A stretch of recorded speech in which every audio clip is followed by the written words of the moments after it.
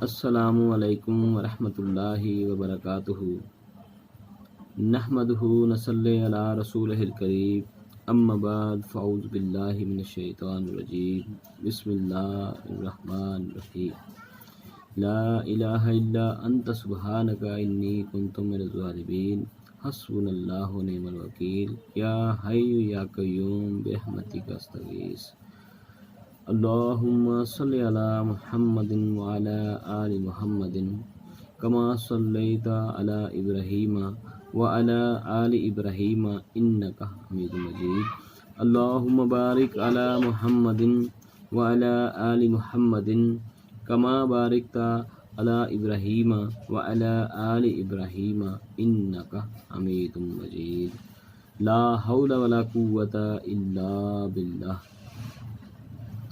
جناب اعلیٰ، آج ٹاپک ہے جنت کے حوالے سے۔ جنت بہت ہی خوبصورت ہے لیکن ملے گی بہت ہی مشکل سے۔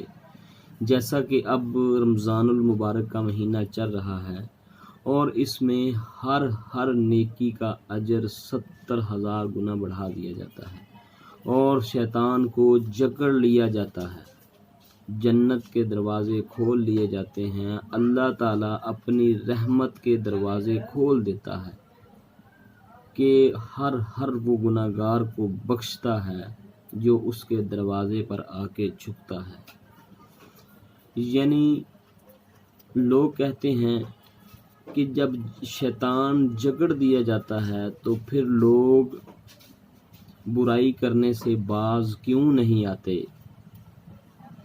رمضان المبارک کے مہینے میں؟ تو میں آپ کو ایک چھوٹی سی مثال دیتا ہوں پھکی کے طور پر۔ جس طرح انسان اگر سائیکل چلا رہا ہو تو بہت ہی زیادہ سپیڈ سے جب سائیکل چلاتے اگر اس کے جو رک جائے تو وہ سائیکل کچھ دیر تک آٹومیٹکلی چلتا رہتا ہے۔ انسان بھی اسی کے عمل میں آتا ہے کہ جب شیطان پورے 11 مہینے انسان کو تھپکی دیتا رہتا ہے کہ شاباش، چلاتا رہتا ہے، دھکیلتا رہتا ہے، دھکا لگاتا رہتا ہے انسان کو، تو پھر وہ اگر 1 مہینہ باندھ بھی لیا جائے تو پھر وہ اس سائیکل کی طرح 1 مہینہ تو انسان نکل ہی جاتا ہے۔ اصل وجہ یہ ہے کہ انسان کی جسم کے اندر جو خون ہے، خون کی طرح وہ شیطان ہے اور اس سے بچنا چاہیے۔ جب آپ نماز کی طرف آئیں گے، نیک کاموں کی طرف آئیں گے، ایسے نہیں کسی نے کہہ دیا، یا ایسے نہیں نبی کریم صلی اللہ علیہ وآلہ وسلم کی حدیث کہ نماز انسان کو برائی سے روکتی ہے۔ وہ اسی طرح ہے کہ جب 1 دن جانے سے نماز آپ کو برائی سے نہیں روکے گی، یا 2 دن جانے سے، جب آپ لگاتار نماز پڑھنا شروع کر دیں گے تو پھر آہستہ آہستہ آپ خود ہی برائی سے بچنا شروع ہو جائیں گے کہ میں نے اپنے اللہ کے حضور پیش ہونا ہے، نماز پڑھنی ہے، میرے کپڑے خراب ہو جائیں گے، میں کس منہ سے اپنے رب کے سامنے جا کے نماز پڑھوں گا۔ آہستہ آہستہ انسان برائی سے پیچھے ہٹ جاتا ہے۔ اور اسی طریقے سے جنت بھی حاصل کرنی ہے تو بہت ہی مشکل ہے، بہت ہی لمبا سفر ہے۔ یعنی کہ میں آپ کو ایک بات بتاتا ہوں، صحیح مسلم کے اندر ایک حدیث ہے کہ جنتیوں کو جب جنت میں داخل کیا جائے گا، یا جنتی جب جنت میں داخل ہونے لگیں گے تو ان کو ایک ندا کی جائے گی، ان کو ایک ندا کی جائے گی، جاتے ہی ایک خوشخبری ملے گی کہ مبارک ہو تمہیں، تمہارے لیے مبارک ہے کہ آج کے بعد تمہیں کبھی موت نہیں آئے گی، تم ہمیشہ زندہ رہو گے۔ آج کے بعد کبھی تمہیں بدحالی نہیں آئے گی، تم ہمیشہ خوشحال رہو گے، تم ہمیشہ خوشحال رہو گے۔ آج کے بعد تمہیں کبھی بڑھاپا نہیں آئے گا، تم ہمیشہ جوان رہو گے۔ اور سب سے بڑی بات کہ آج کے بعد اللہ تم سے کبھی ناراض نہیں ہوگا، ہمیشہ راضی رہے گا۔ کیونکہ دنیا میں اہل ایمان کے لیے ٹینشن ہی رہی ہے کہ اگر میں یہ کام کر لوں تو میرا اللہ مجھ سے ناراض نہ ہو جائے گا، میرا اللہ مجھ سے ناراض نہ ہو جائے۔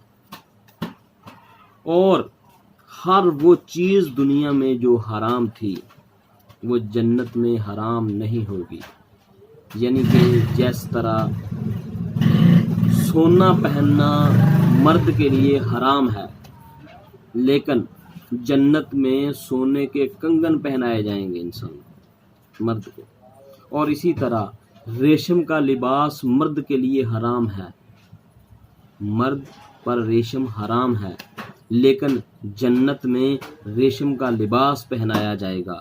قرآن مجید میں ذکر آتا ہے، حدیث کے اندر موجود ہے کہ ریشم کا لباس پہنایا جائے گا۔ صحیح بخاری اور مسلم کے اندر درجنوں احادیث ہیں، جس کو شوق ہو وہ مشکات شریف کی 3 جلد میں جنت والا چیپٹر پڑھ کر دیکھے، اور پھر اس کو پتہ چلے گا کہ اللہ تعالیٰ نے انسان کے لیے جنت میں کیا کچھ رکھا ہے۔ انسان تو سوچ بھی نہیں سکتا کہ کیا کیا ہے جنت میں۔ دودھ کی نہریں ہیں، پھل ہیں، شراب ہے، حالانکہ دنیا میں شراب حرام ہے، وہاں پر نہیں ہوگی۔ یہ اللہ کی کیٹیگری ہے، یہ جنت کا معاملہ اور ہے۔ ادھر ہم کھاتے ہیں تو ہم ہضم کرتے ہیں، پھر ہم قضائے حاجت کے لیے جاتے ہیں، لیکن جنت میں جب ہم جائیں گے جو مرضی کھائیں گے، ایک خوشبودار ڈکار آئے گی اور سب ہضم، ایسا کوئی معاملہ ہی نہیں ہوگا۔ اسی طرح جب اندازہ پھر جب جنت میں اللہ نے کچھ رکھا ہے انسان کے لیے، تو حقیقت یہ ہے کہ بہت ہی مشکل ہے جنت کو حاصل کرنا۔ انسان کے لیے سب سے بڑا المیہ ہے کہ بابو نے تو ہم کو کچھ اور ہی تعارف کروایا تھا جنت کا، کہ جنت تو ہماری جیب میں ہے، لیکن کتابیں تو کچھ اور ہی بتاتی ہیں۔ صحیح مسلم، صحیح بخاری، مشکات شریف، یہ سب حدیث کی کتابیں ہیں، پڑھ کر دیکھ لو یہ کیا بتاتی ہیں کہ جنت کیسے ملے گی۔ صحیح مسلم کے اندر ایک حدیث میں آپ کو ایک تھوڑا سا نمونے کے طور پر بتا دیتا ہوں۔ صحیح مسلم کے اندر ایک حدیث ہے کہ اللہ تعالیٰ نے جنت کو ناگوار چیزوں سے ڈھانپ دیا ہے، یعنی جنت تک پہنچنے کے لیے ہمیں دنیا میں بہت ساری مصیبتیں اٹھانی پڑیں گی، بہت ساری مشقت کا سامنا کرنا پڑے گا۔ نماز پڑھنی پڑے گی 5 ٹائم کی باجماعت نماز کرنا بہت مشکل ہے، روزے رکھنے پڑیں گے، صحیح راستے پر چلنا پڑے گا، کسی کا حق نہیں کھانا پڑے گا، سود نہیں کھانا ہوگا، سود سے بچنا ہوگا۔ اسی طرح تقریباً بہت سی چیزیں ہیں جس طرح انسان جن سے بچے گا، یعنی یہ ناگوار چیزیں ہیں جن کو جنت سے ڈھانپ دیا گیا ہے کہ ان سے بچو گے، عیش و عشرت نہیں کرنی ہے، فضول خرچی نہیں کرنی، ان سے بچو گے تو جنت ملے گی، لیکن انسان ایسا نہیں کرتا، اسی لیے تو بہت مشکل ہے جنت حاصل کرنا۔ تو میرے بھائیوں، کوشش کرو کہ اللہ کے احکامات پر پورا اترنے کی کوشش کریں۔ ہم سب یہ ماہ رمضان کا مہینہ چل رہا ہے، جتنی ہی نیکیاں سمیٹ سکتے ہیں سمیٹ لیں، اللہ سے اپنے گناہوں کی معافی مانگ لیں اور بہت سی نیکیاں سمیٹ لیں اور گناہوں کی معافی مانگ لیں۔ اللہ تعالیٰ رحیم ہے، اللہ تعالیٰ کہتا ہے کہ میرے دروازے پر آؤ۔ رات کے آخری پہر میں اللہ کی رحمت زمین کے اوپر آ کر، آخری آسمان پر آ کر کہتی ہے کہ ہے کوئی مجھ سے مانگنے والا جسے میں عطا کروں، ہے کوئی مجھ سے بخشش مانگنے والا جس کو میں بخش دوں اپنی رحمت سے۔ اللہ تعالیٰ تو بہت بڑی ذات ہے، انسان تھوڑی کوشش تو کر لے۔ اور اسی طرح دوزخ کو اللہ تعالیٰ نے بہت ہی خوشنما چیزوں سے ڈھانپا ہوا ہے، یعنی عیاشی ہے، فضول خرچی ہے، نمائشیں ہیں، گناہ ہے، بہت ہی چیزیں ایسی ہیں جن کو دوزخ سے ڈھانپا ہوا ہے۔ یہ انسان کو نہیں پتا کہ ان کے نیچے کیا ہے یا اس سے آگے کیا ہونے والا ہے۔ تو خدا کے لیے میرے بھائیوں سمجھیں اور اس پر عمل کریں۔